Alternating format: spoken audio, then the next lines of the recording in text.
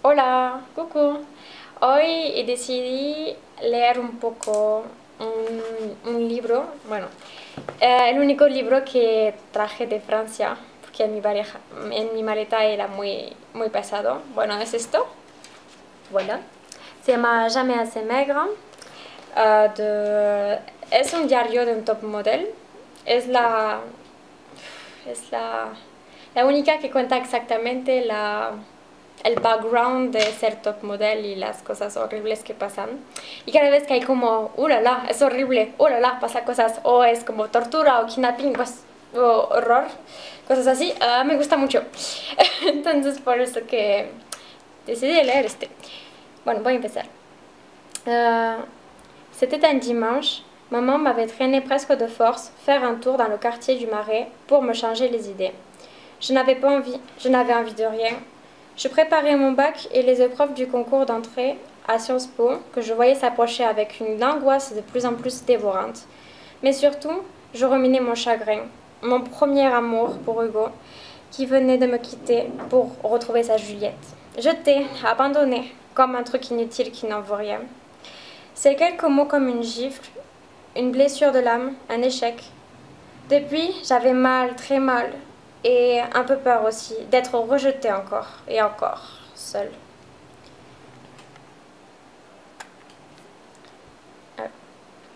De ne pas savoir quoi faire de ma vie, et surtout avec qui. De l'inconnu, de me tromper, de me perdre peut-être. Tout c'était vraiment compliqué en seconde. Après une scolarité sans problème au collège, une réorganisation des classes m'avait séparée de toutes mes amies à l'entrée au lycée, où j'ai totalement arrêté de travailler avant de décider de ne plus mettre un pied au lycée. Avec mon bac, je le préparais seule à la maison, j'ai tout prévu. J'ai tout prévu avant d'annoncer la nouvelle à mes parents, les coordonnées d'un lycée par correspondance, mon emploi du temps minuté pour qu'ils comprennent bien que j'avais pensé à tout, et mon engagement à tout faire pour être la meilleure. Mes parents n'étaient pas fous de joie, mais ils ont accepté. Ils me connaissaient bien, j'étais une bonne élève, je savais travailler et surtout je n'aurais jamais supporté de ne pas réussir ce à quoi je m'étais engagée. D'autant plus qu'en leur ayant forcé la main, comme je venais de le faire, j'aurai mon bac avec une mention très bien. Ma vie s'est organisée comme ça. J'aime travailler vite. Dès que ça traîne, je m'ennuie. Le programme de l'année, je l'expédie en 6 mois pour avoir le temps les 6 mois suivants de faire autre chose. Et nana, mes parents, chérie. Non, salté una frase, una ligne. Le programme de l'année, je l'expédie en 6 mois pour avoir le temps, les 6 mois suivants, de faire autre chose, comme passer plein de temps avec Daddy et Nana, mes grands-parents chéris, apprendre à danser la salsa et le tango, faire du théâtre, voir mon cousin Tom et ses amis de 30 ans, qui m'a menée en soirée, passer du temps avec Sophie, ma meilleure amie, rencontrer au cours de danse. Ma vie s'était bien organisée.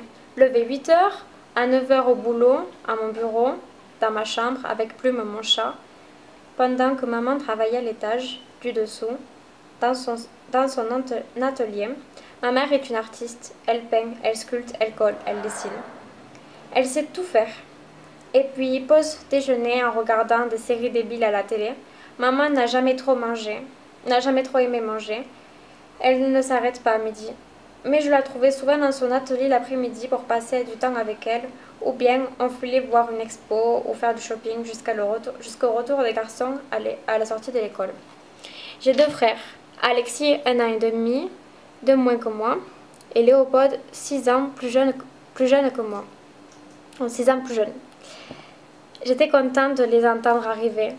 On goûtait ensemble dans la cuisine, la vie était tranquille, protégée. Pasamos una especie de... Bref, il y a l'espace en gros, voilà. Por eso que se cambia un poco radicalmente. Donc, c'est sûr, tu es la prochaine Claudia Schiffer.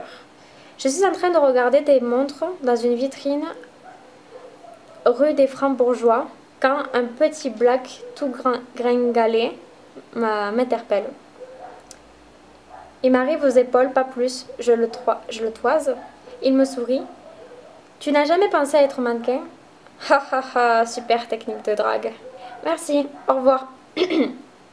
Maman s'est approchée. Ça ne le fait pas fuir. Ça ne le fait pas fuir, bien au contraire. Votre fille est extraordinairement belle. Elle a un nez. Il équilibre son visage et doit parfaitement prendre la lumière. Et croyez-moi, je m'y connais. Je s'y connais.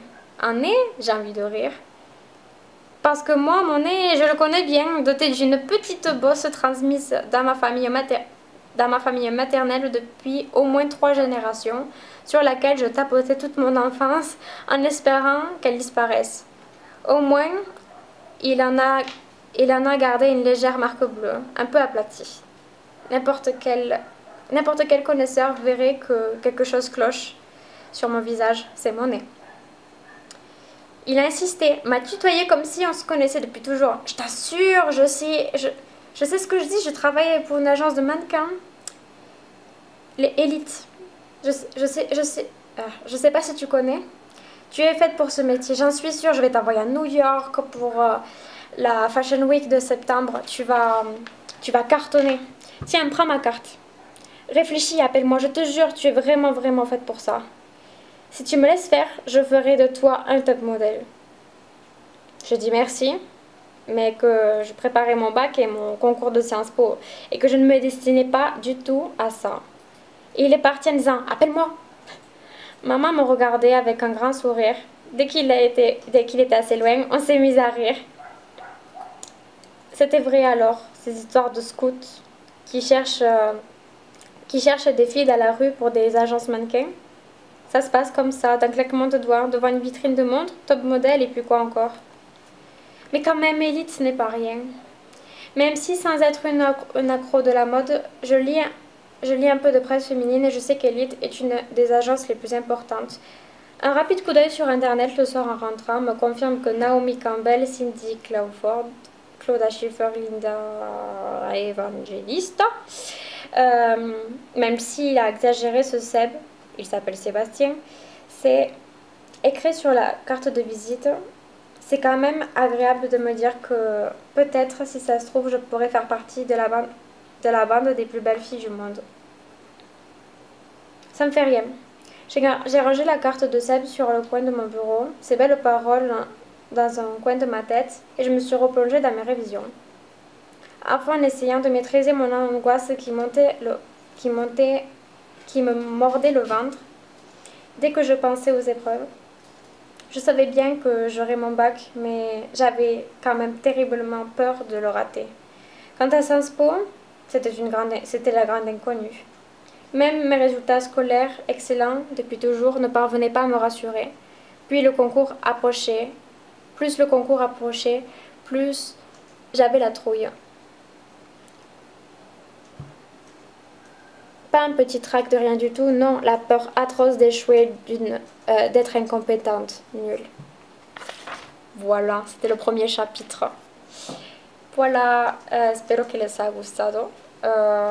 Probablemente seguiré leyendo. Bueno, por el momento es más como explicando los personajes, etc. Y ahorita vamos a entrar más en el contexto. Voilà, et ben, salutations. Bisous.